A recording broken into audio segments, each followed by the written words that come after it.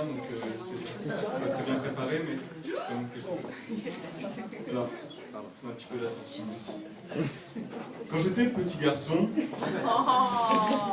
alors je dis tout de suite, on s'attend à des blagues de cul, on s'attend à l'humour, on s'attend à la blague, à la galéjade, mais j'ai pas voulu être trop dans ce registre.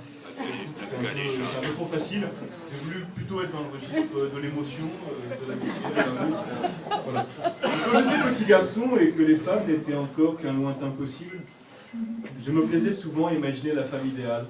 Celle avec qui j'aurais envie de passer ma vie. Oh, quelle merveille! Vous pouvez crier à poil aussi. Ouais. Un coup. Vive la chatte! Ah, je te reconnais!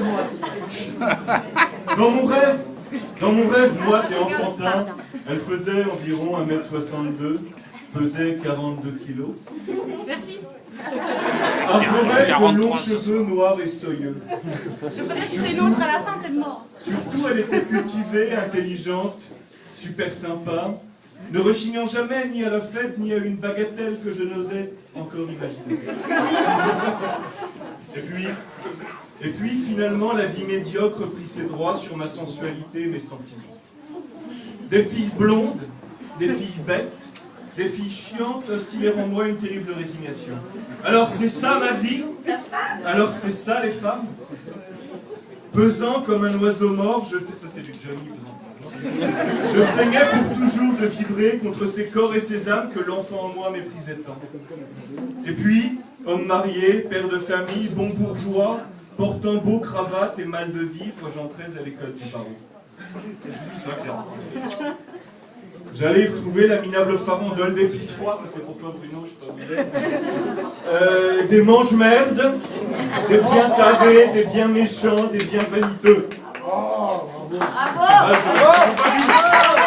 dénonce. Au milieu de ce fatras dégueulasse de sales cons et de demi-putes, j'allais cependant reprendre goût à la vie. J'allais retrouver cet enfant mariole et tout puissant que j'avais congelé comme on le fait parfois avec les nouveau-nés. C'est la vérité qui est dégueulasse. C'est la vérité, c'est la vraie vie qui est dégueulasse, ce n'est pas moi. Bourgeot. Au milieu de cet aréopage de branleurs arrogants qu'est l'école des avocats, poussait en effet une fleur insolite. Céline disait... Céline, ma copine Céline. Les fleurs, c'est comme les femmes, et plus c'est gros, et plus c'est gros. Le poète faisant bien les choses, cette fleur-ci n'était pas bien grosse. Je ne filerai pas plus longtemps la métaphore, car on me fatigue déjà, et vous aussi. Mais cette fleur insolite, c'était Sophie Janois. Non, mais imaginez un peu la scène. Dans tous les coins, des gros, des laids, des chicots pourris, des faux intellos, des gonzesses avec des physiques de profs de collège. Et au milieu de ce merdier à 100 balles dans la tête, Sophie. Alors moi je suis là, tout nul avec ma pauvre gueule frustrée, avec ma cravate Célio. Je suis là et je la regarde pour la première fois. Je la toise dans une prostration solaire. Et alors je me dis qu'un autre monde est possible. Et alors je me dis que je ne suis pas obligé d'être malheureux, que je ne suis pas obligé de faire ma vie avec une femme que je n'aime pas. Je me dis que j'ai le droit d'être libre, même si c'est dur et que ça fait de la peine. C'est ça que ce jour-là j'ai vu en Sophie. Là comme ça fait un peu rire, mais c'est vrai tout ce que je dis. J'ai vu la liberté. J'ai vu la liberté, j'ai vu un modèle. J'ai vu mon sauveur, j'ai vu un Jésus soviétique. Parce que c'est quoi, Sophie Janois, si ce n'est une icône de liberté? Et ça, les filles à Sophie, hein, retenez tout ce que je dis là. C'est votre mère que je parle et retenez tout ça. Ça vaut aussi pour vous. Ceux qui la connaissent bien le savent, Sophie ne s'accommode pas. Sophie, c'est une femme qui chaque jour doit se justifier sa vie.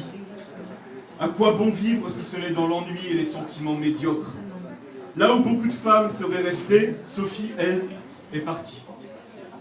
Vous qui êtes ici, avec vos bonnes têtes replètes et bienveillantes, savez-vous que cette femme a dû, aux heures les plus sombres de son histoire, habiller ses filles à la halle aux vêtements? Savez-vous que sous sa robe de lumière, elle porte un string Emmaüs?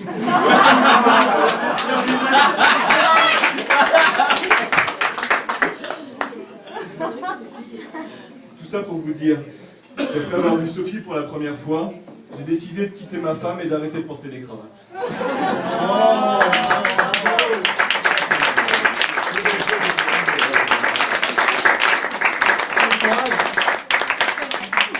Si je suis heureux aujourd'hui, heureux ce soir, heureux demain, c'est énormément grâce à toi. Tu m'as rouvert une dimension supplémentaire de la vie. La vraie, joyeuse, débonnaire, pleine d'amis, de foupettes et d'amour.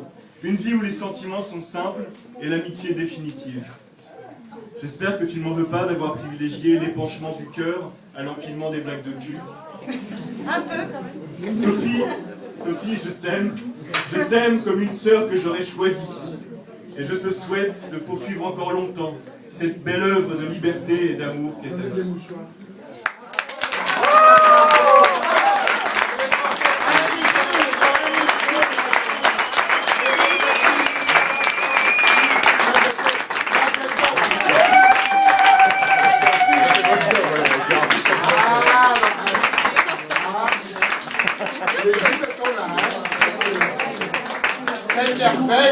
Mais où la tête de coron? Bravo Sophie! Musique! Indice